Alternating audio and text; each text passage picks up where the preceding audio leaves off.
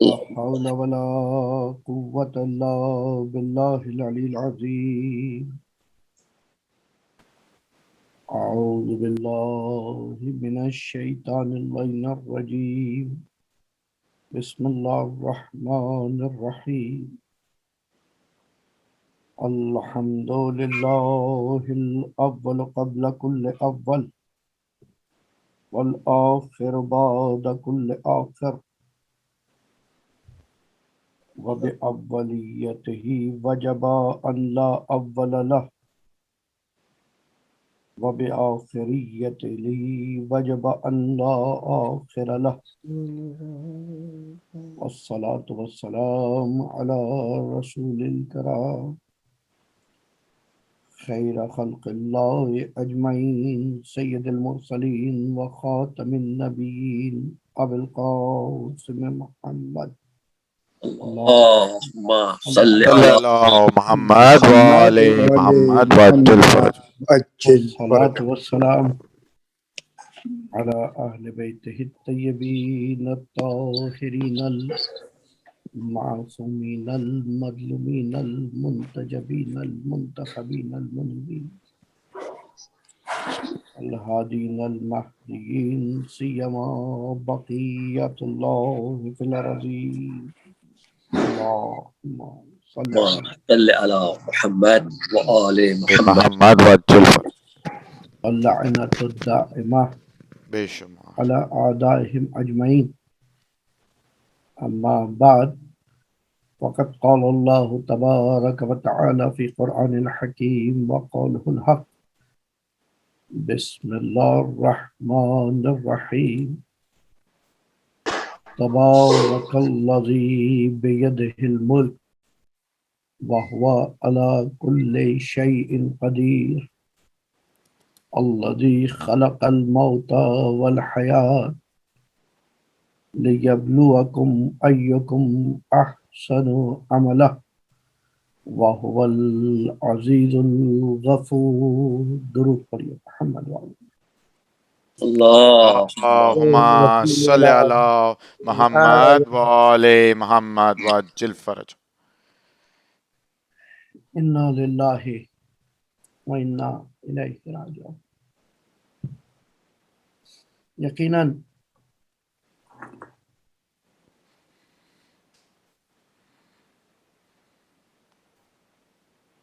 اس زندگی میں مختلف دن خوشیوں کے، مختلف دن غموں کے، لیکن کوئی دن اس سے زیادہ غماور نہیں ہو سکتا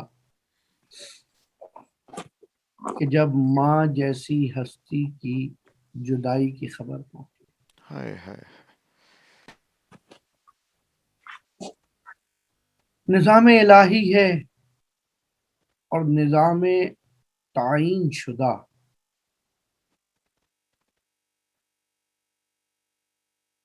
عزیزم مولانا سید ریحان صاحب ابھی سورہ ملک کے حوالے سے بات کر رہے تھے. میں نے مناسب سمجھا کہ اسی آغاز سورہ ملک سے گفتگو کا آغاز کیا جائے. یوں تو قرآن کی ہر سورہ اپنے اندر ایک معنی رکھتی ہے، ایک معارف رکھتی ہے، جن کے فیض و برکات روح انسان سے بھی وابستہ ہیں، جسم انسان سے بھی وابستہ ہیں. اور اسی وجہ سے ہر سورہ قرآنی جس طرح جب تک زندہ ہیں فائدہ مند ہے، ایسے ہی زندگی کے ختم ہو جانے کے بعد، کیونکہ ہم در محمد و آل محمد پر جب عیسائی کرنے والے افراد تو موت کو فنا سمجھتے ہی نہیں، بلکہ موت کو اس دنیا کی قید سے نجات اور امام سے ملاقات سمجھتے ہیں۔ اور جب ایسا ہو کہ یہ حجاب موت ایسا حجاب کہ اس کے اس طرف دنیا کی تاریکیاں، دنیا کی پستیاں، دنیا کی بے مائگی، دنیا کی بے وقعتی، لیکن یہ سب کچھ اس پردہ موت کے اس طرف جانے کے بعد ایسا دکھتا ہے۔ یہ سمجھ لیجئے کہ جب تک آپ نیچے موجود ہیں ایک پہاڑی سے تو آپ کو اپنے اطراف میں ہر چیز بلند و بالا نظر آ رہی ہے، لیکن جیسے ہی آپ اس کی بلندی تک پہنچے، چوٹی تک پہنچے، اب آپ کو جو کچھ نیچے بہت چمکدار تھا، بہت بڑا لگ رہا تھا، بہت باوقت لگ رہا تھا، وہ سب ذروں میں نظر آ رہا۔ موت مومن کے لیے یہی کام کرتی، اور حقیقی مومن وہ ہے کہ جو اس مقام پر پہنچنے سے پہلے اپنی موت کو اس طرح یاد کرنا شروع کر دے کہ وہاں پہنچ کے ہی مجھے حقیقت کا علم ہو پائے۔ سورہ ملک وہ عظیم ترین سورہ، قرآن مجید کا 67واں سورہ 67، 30 آیتیں ہیں جو کہ ہر شب پڑھنے کی تاکید فرمائی گئی۔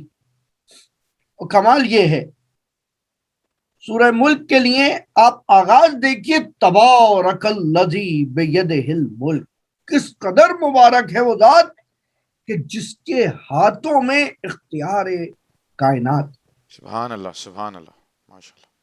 علی کل شیء قدیر۔ اور صرف کبھی کبھی ایسا ہوتا ہے کہ ہاتھ میں زمام تو ہوتی ہے، لگام تو ہوتی ہے، لیکن عمل نہیں ہو رہا ہوتا، مقام تو ہوتا ہے، پوسٹ تو ہوتی ہے، لیکن اس پوسٹ کا اثر نہیں ہو رہا ہوتا۔ اگلا جملہ اس کی وضاحت کر رہا ہے، وَهُوَ عَلَى كُلِّ شَيْءٍ قدیر، اور وہ ہر چیز پر قدرت بھی رکھتا ہے۔ اور اس کی قدرت کا ایک کمال یہ ہے، یہ اب کمالات ہیں، پہلی آیت میں یہ بیان کر دیا، مسلسل جہاں خلقت زمین و آسمان کی بات ہوگی، اس کے بعد جتنی چیزیں اس سورہ وافیہ ہدایہ میں بیان ہو رہی ہیں وہ سب کی سب وضاحتیں ہیں کہ اختیار الہی، پہلا اختیار جو بیان ہو رہا ہے، الذی خلق الموت والحیات۔ ہم اور آپ اس دنیا میں کوئی بھی چیز جو بناتے ہیں یہ نہیں بتا سکتے بنانے کے بعد کہ یہ کب ختم ہوگی، ساتھ رہیے گا۔ اکثر آنے والی چیزوں کے ساتھ ایک ایکسپائری ڈیٹ جو لکھی ہے وہ بھی ایک میعاد ہے جو کہ اندازہ ہے، تعین شدہ نہیں ہے، اس سے پہلے بھی وہ چیز ختم ہو سکتی ہے۔ لیکن یہاں پروردگار عالم اپنے اختیار کا دائرہ اس جملے میں بیان فرما رہا ہے، الذی خلق الموت، موت کو خلق کیا ہے، اللہ اکبر اللہ اکبر۔ اور اس کی کوئی خلقت حکمت سے خالی نہیں ہے، تو بے شک ظاہراً موت بھی حکمت سے خالی نہیں ہو۔ بے شک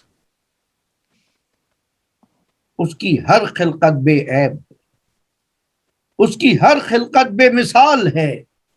خلق الموت والا، پہلے اس نے موت کو خلق کیا، یعنی مدت کو تعین کیا، تعین کیا جسے کہتے ہیں، فکس کیا کہ یہاں تک، اور پھر اس کے بعد حیات کو خلق کیا، اور ہاں پھر تمہیں اختیار دے دیا۔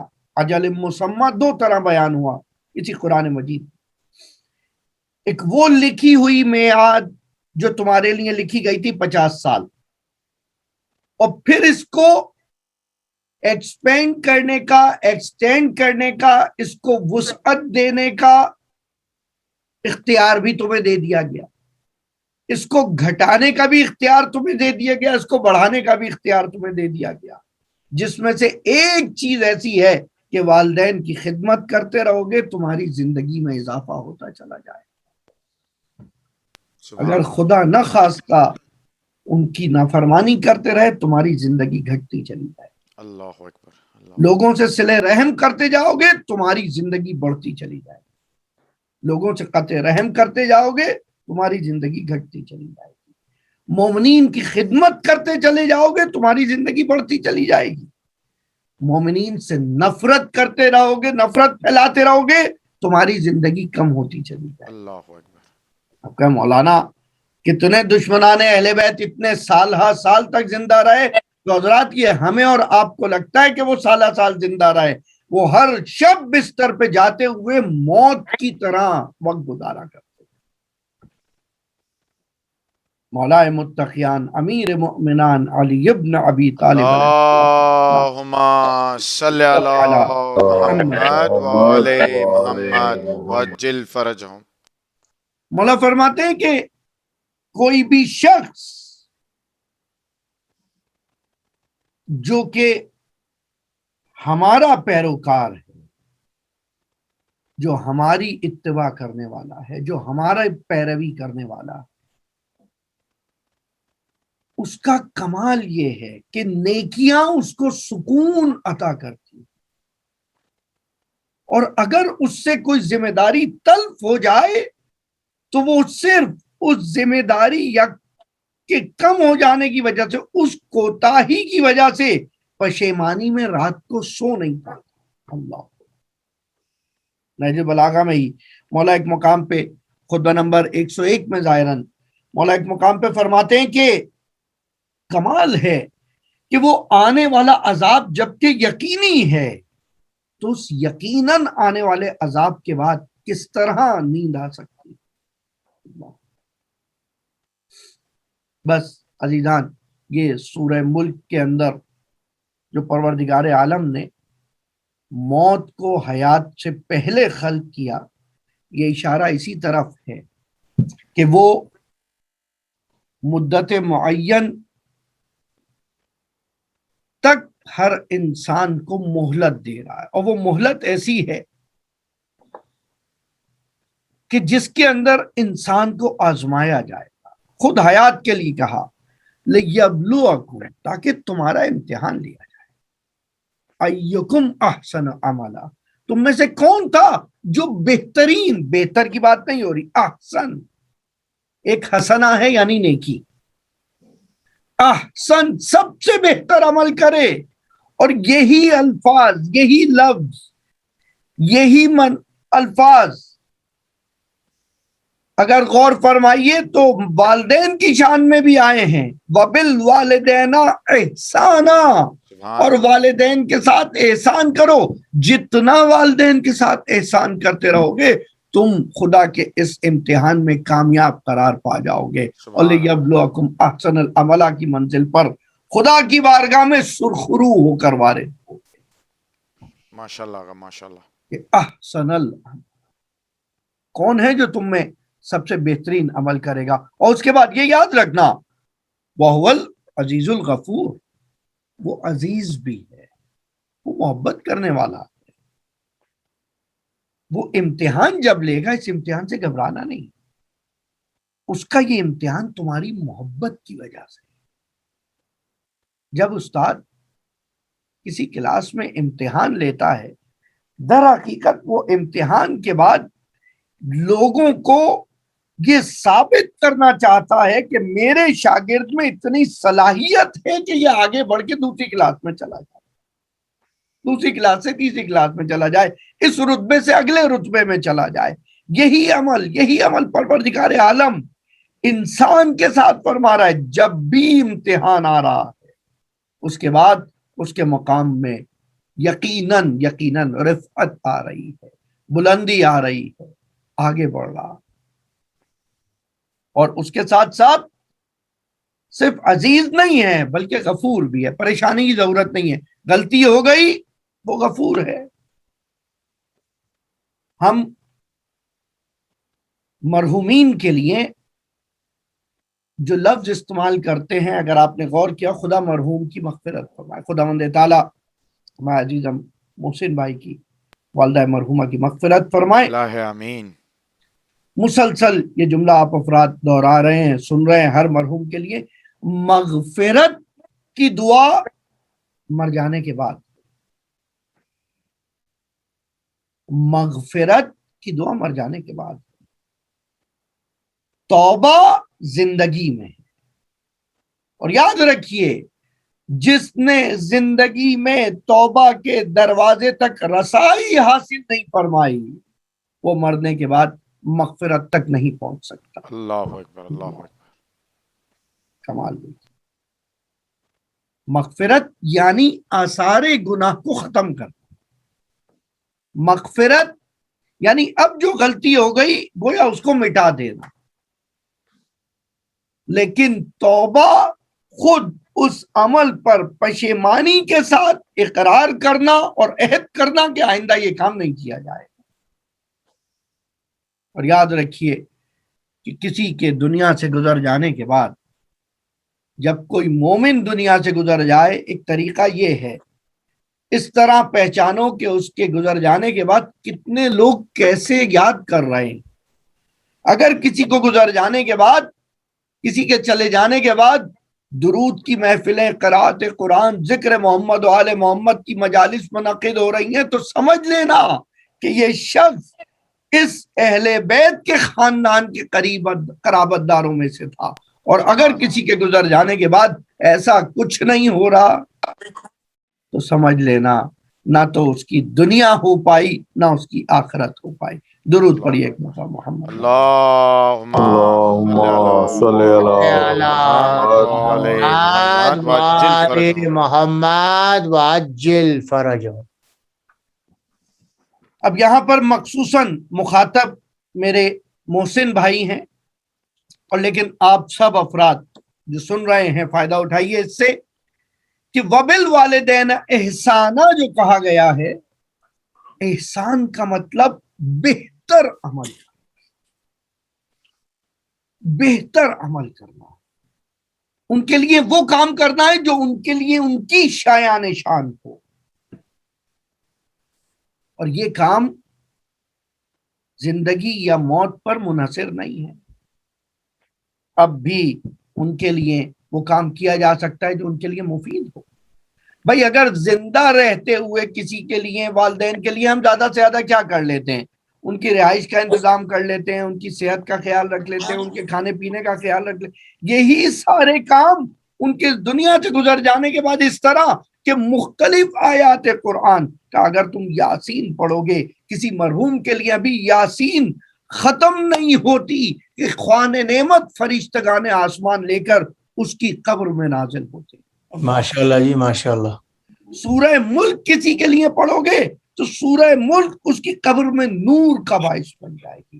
اور اس سورہ ملک کو 2 نام بیان کیے پیغمبر نے, کہا اس سورہ کو سورہ منجیہ بھی کہتے ہیں, یعنی نجات دینے والی سورہ. اللہ اکبر. کہ اگر کسی پر عذاب بھی ہو رہا ہو اور اگر سورہ ملک اس کے لیے پڑھ دی جائے تو وہ مالک الملک کی بارگاہ میں جب یہ سورہ کی قرات پہنچتی ہے تو ملائکہ اپنے عذاب کو روکتے. سبحان اللہ, سبحان اللہ. میں اگر صرف سورہ ملک کے فضائل پر اس وقت گفتگو شروع کروں تو ایک طولانی بحث ہے. چیدہ جتنی چیزیں اس وقت ذہن میں آ رہی ہیں جلدی جلدی بیان کر دوں. مجمل بیان میں پیغمبر اکرم محمد مصطفیٰ صلی اللہ علیہ وسلم اللہم صلی علی محمد وعجل فرجہ کہ جو شب کے وقت تفسیر مجمل بیان سے بیان کر رہا ہوں, شب کے وقت سورہ ملک اگر کوئی قرات کرے تو اس کا اجر ایسا ہے جیسے کسی نے شب قدر جاگ کے عبادت میں گزاری. سبحان اللہ. یا شب قدر جاگ کے گزاری. کہ سورہ ملک کا پڑھنے والا روز قیامت جب آئے گا تو یہ خود سورہ ملک اس کے دفاع کرنے آگے بڑھے گی اور آ کر اس کے لیے مغفرت طلب کرے گی. اللہ. حضور فرماتے ہیں میں چاہتا ہوں کہ ہر مومن کے دل میں سورہ ملک راسخ ہو جائے. ماشاءاللہ. خود حضور ہر وقت ہر رات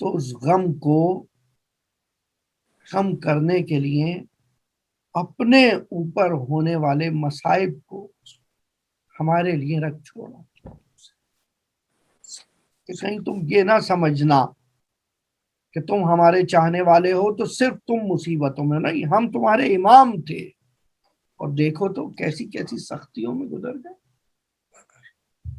اور یہاں تک کہ بات ہے جناب سیدہ فاطمہ الزہرا سلام اللہ علیہا، درود پڑھیں. اللہم صلی علی محمد و آل محمد. محمد وعجل. اپنے آخری وقت میں، آخری وقت ہے بی بی کا، اور یقیناً آپ سبھی کبھی نہ کبھی اس مرحلے سے گزرے ہوں گے کہ ایک ماں کے پاس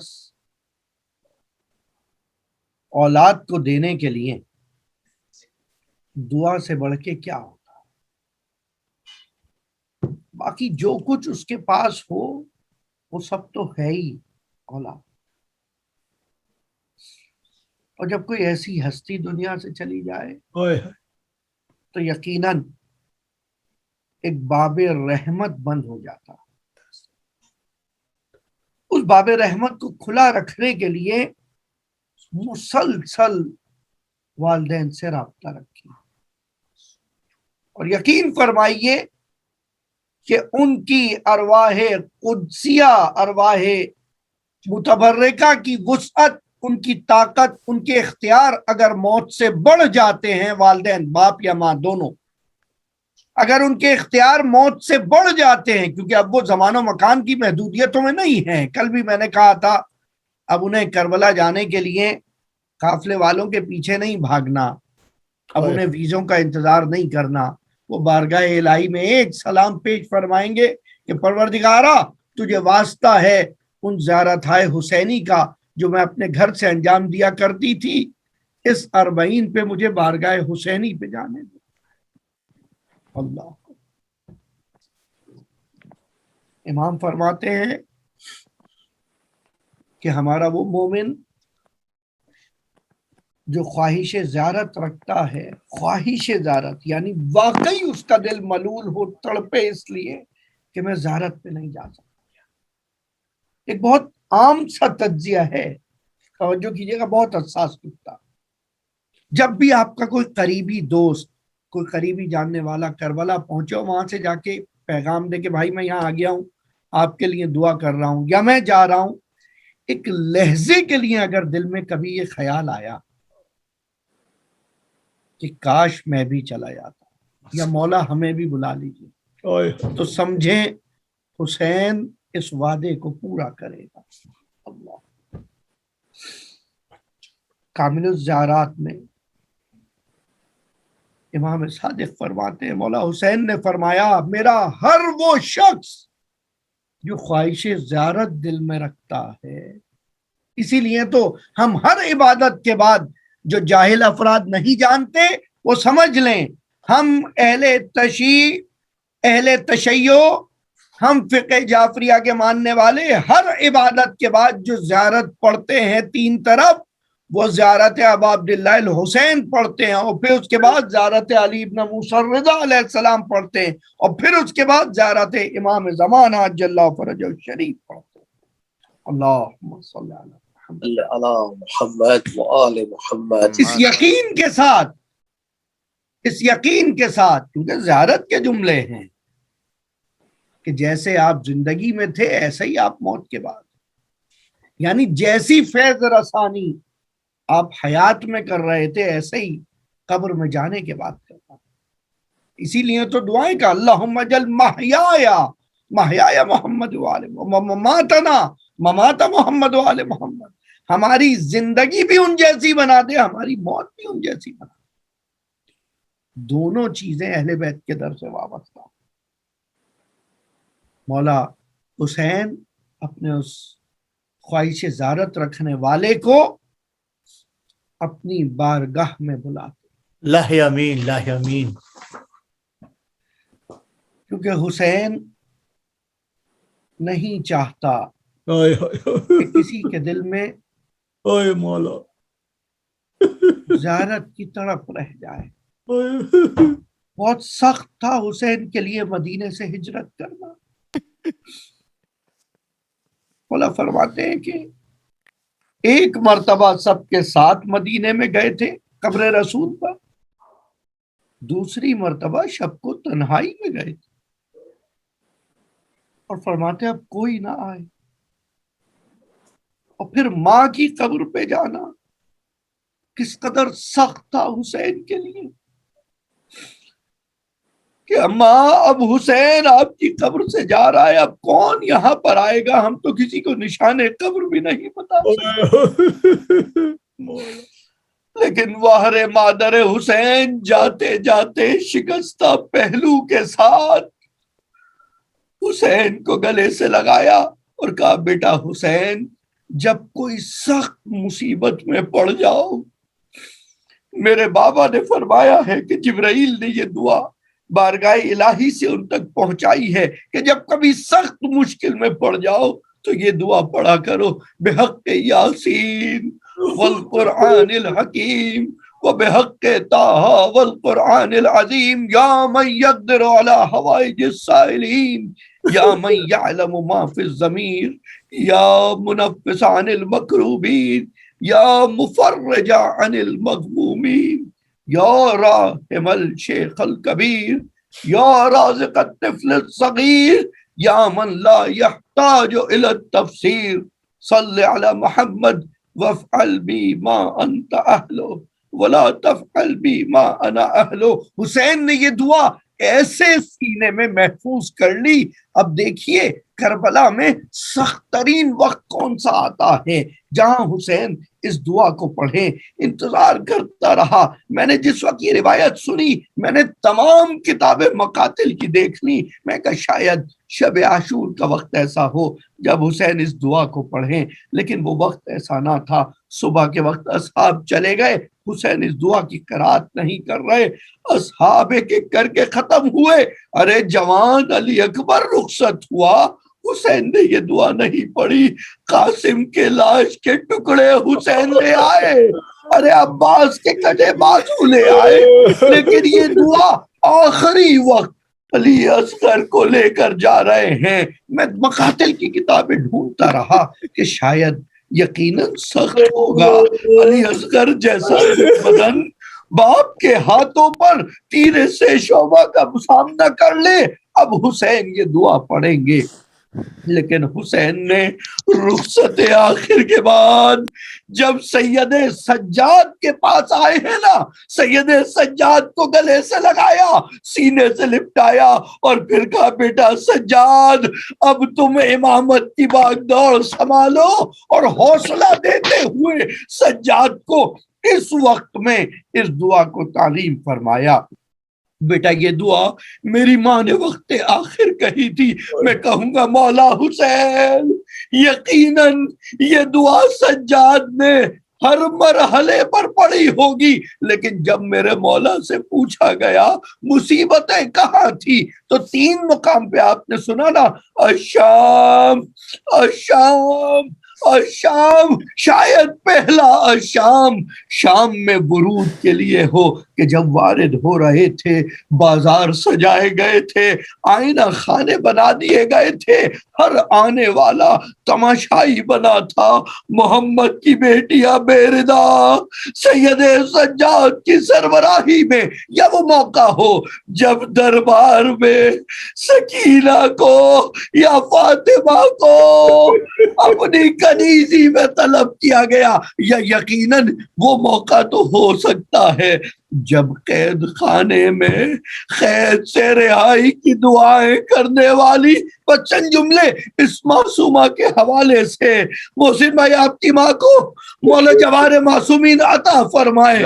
ایک ماں زندان شام میں بھی ہے جس کا ایک بیٹا کربلا میں رہ گیا، ایک بچی آخری سانسیں لے رہی ہے، بابا کا سر تھامے ہوئے ہے، بابا جان آپ کے بال، کوئی گوشوارے چھینتا تھا، کوئی تماچے لگاتا تھا، بابا میرے دامن کو جلا دیا گیا، یہاں تک کہ سسکیاں ختم ہو گئی۔